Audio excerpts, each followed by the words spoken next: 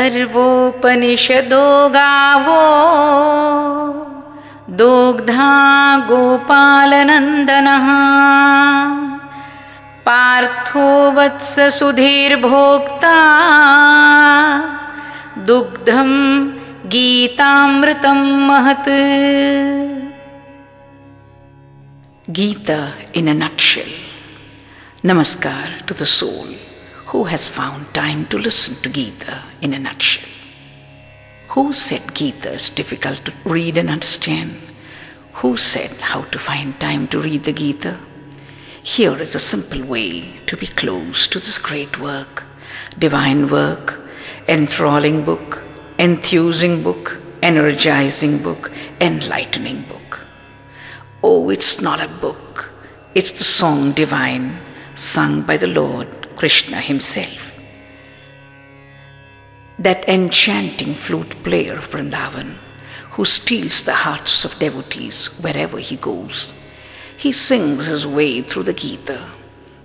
The context is war between 100 Kauravas and 5 Pandavas.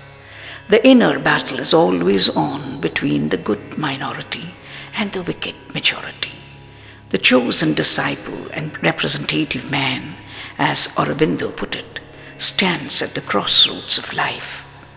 It's difficult to take a decision, and all duty is unpleasant when it comes to establishing justice. The Lord gives him a sermon, and that's the Gita, the sermon on the battlefield. I thought, let me take 18 verses, shlokas from the 18 chapters, and make the listener feel the sweep of the Gita within his reach. The selection is subjective, a personal choice. Take no offense, O listener, if I have omitted some of your choice verses. Remember, they are my favorites too, yet the constriction of time made me select the following. Dhritarashtra, the king, blind within and blind without, asks a question of Sanjaya, the special commentator, himself a satellite center, watching the battle from far away, reporting with passion and dedication. The king is worried, puzzled, frightened.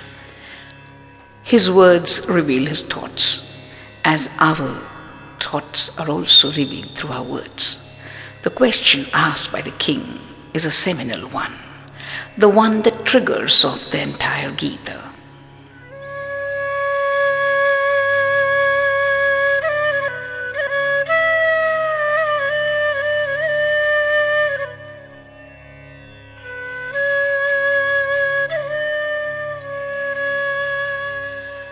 धर्मक्षेत्रे कुरुक्षेत्रे समवेतायुयुत्सवः मामका पाण्डवाश्चैव किमकुर्वत सञ्जय. धर्मक्षेत्रे कुरुक्षेत्रे समवेतायुयुत्सवः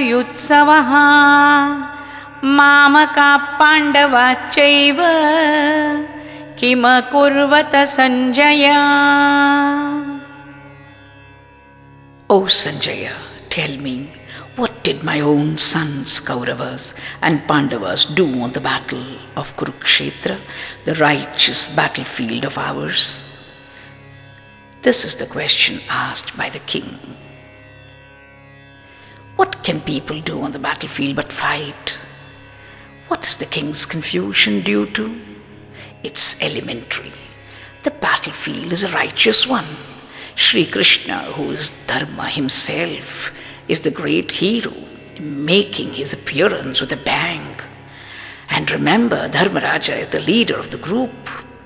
It is but natural that the king wonders what happened. The scene described is graphic. Arjuna wants his chariot to be parked between the two armies, and the Lord orders Arjuna to see his enemies. A bewildered Arjuna sees all his relatives and is unwilling to fight. A sincere Sanjaya informs and reports to Dhritarashtra of what happened on the battlefield. Many questions rise in our mind when we listen to the first question asked by the king. Was it really a righteous battlefield? Did not righteousness incarnate called Lord Krishna turn out to be the real hero? Was the war his plan or Shakuni's machination, or the result of Duryodhana's searing hatred for the Pandavas? Was it a war between two brothers, or was it a war of concepts of good and evil? Was Sri Hanuman in the banner of Arjuna's chariot a silent spectator or a divine participant? Watch the Mahabharata episode of the Gita as it unravels several mysteries. Chapter 2 of the Gita tells us that knowledge cannot be given to anyone who does not aspire for it. It cannot be scattered like grain or showered like rain on all and sundry. A nonplussed Arjuna is now surrendering to the Lord, asking him to rule over him as a willing disciple who is prepared for the spiritual sermon and valuable advice. Shadimam tvam prapannam. It is Krishna who tells him now about the immortality of the soul and the mortality of the body, so that he does not feel guilty about killing enemies on the battlefield. He finally exhorts him to do his duty. Verse number 47 in the second chapter is a quotable quote of the Gita.